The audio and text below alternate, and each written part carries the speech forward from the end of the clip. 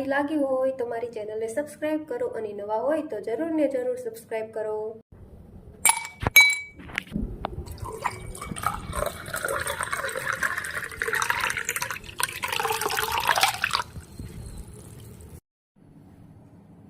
આજે આપણે બનાવીશું પાન, ગુલાબ, વરિયાળી અને ઇલાયચીમાંથી બનતું શરબત, જે શરીરને ગરમીમાં ખૂબ જ ઠંડક આપે છે। એમાં મેં લીધેલો છે ગુલાબ, જે દેશી ગુલાબ છે, જેનો સ્વાદ અને સુગંધ ખૂબ જ સરસ આવે છે। ત્યારબાદ પાન છે, જે નાગરવેલના છે એ લીધેલા છે, ઇલાયચી છે, ત્યારબાદ વરિયાળી છે એ લીધેલી છે। હવે સૌપ્રથમ આપણે વરિયાળી અને ઇલાયચીને ક્રશ કરી લઈશું।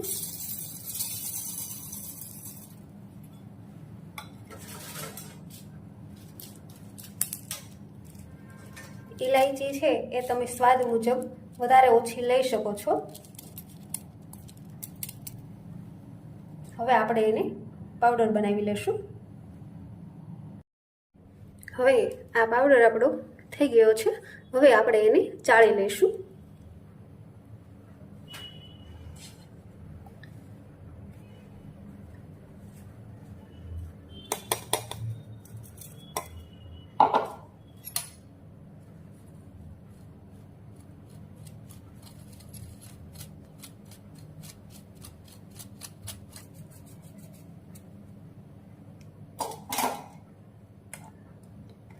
હવે આ આપણું મિક્સર રેડી છે।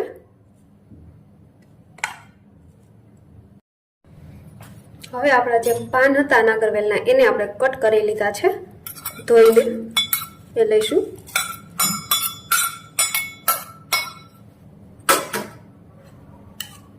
ત્યારબાદ ગુલાબની પાંદડી પણ અલગ કરીને એને ધોઈ લીધી છે, એ નાખીશું।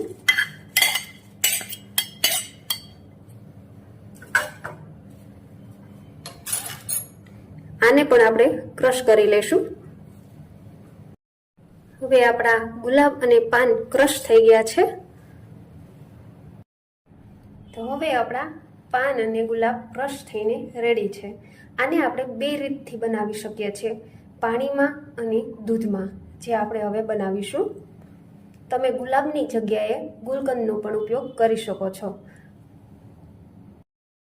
આપણે હવે દૂધમાં બનાવીએ। પહેલા એના માટે મેં દૂધ લીધું છે, જે ગરમ કરીને ઠંડુ કરેલું છે। એકદમ ચીલ્ડ લેવાનું છે। ત્યારબાદ આપણે જે ઇલાયચી અને વરિયાળીનો જે પાવડર કરેલો છે એ નાખીશું।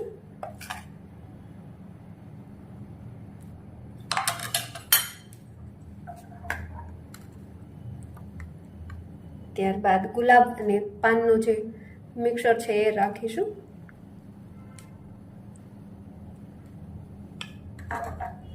ને સ્વાદ મુજબ આપણે હવે એમાં ખાંડ અથવા સાકર નાખીશું।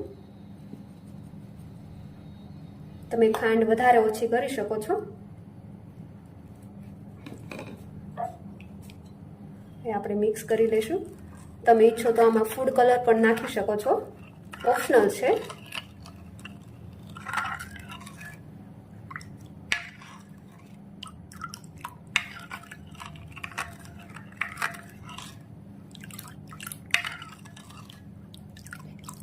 શરીરને તાજગી પણ આપે છે અને ઠંડક પણ આપે છે।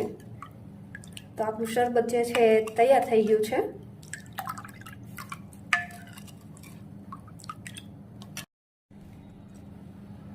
હવે એને આપણે અંદર ચીલ્ડ કરવા માટે આઈસ ક્યુબ નાખીશું।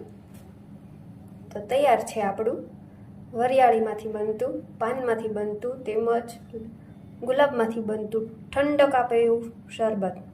જો તમને મારી આ રેસીપી ગમી હોય તો મારી ચેનલને સબસ્ક્રાઇબ કરો, અને જો તમે મારી ચેનલમાં નવા હોય તો સબસ્ક્રાઇબ જરૂર કરો, લાઈક કરો અને શેર કરો।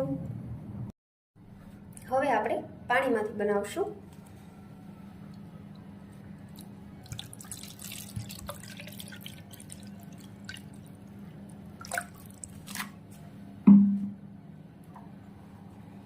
ત્યારબાદ આપણે હવે જે ઇલાયચી અને વરિયાળીનો જે પાવડર બનાવેલો હતો એ નાખીશું। તમે સ્વાદ મુજબ વધારે ઓછો લઈ શકો છો.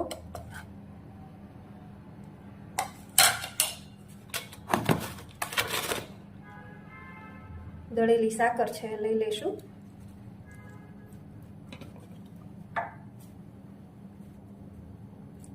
ત્યારબાદ આપણે જે પાન અને ગુલાબને ક્રશ કરેલા છે એ નાખીશું.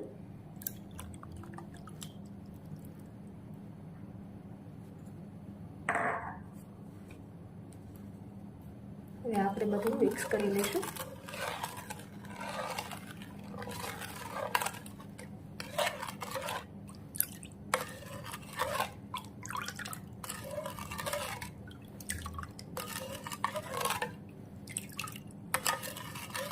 તો તૈયાર થઈ ગયું છે આપણું શરબત.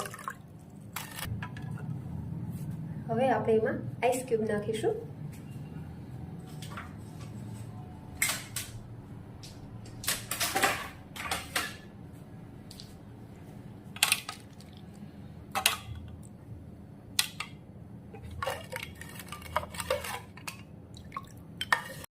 તો તૈયાર છે પાન, વરિયાળી અને ગુલાબમાંથી બનતું શરબત, જે શરીરને એકદમ ઠંડક આપે છે અને તાજગી આપે છે.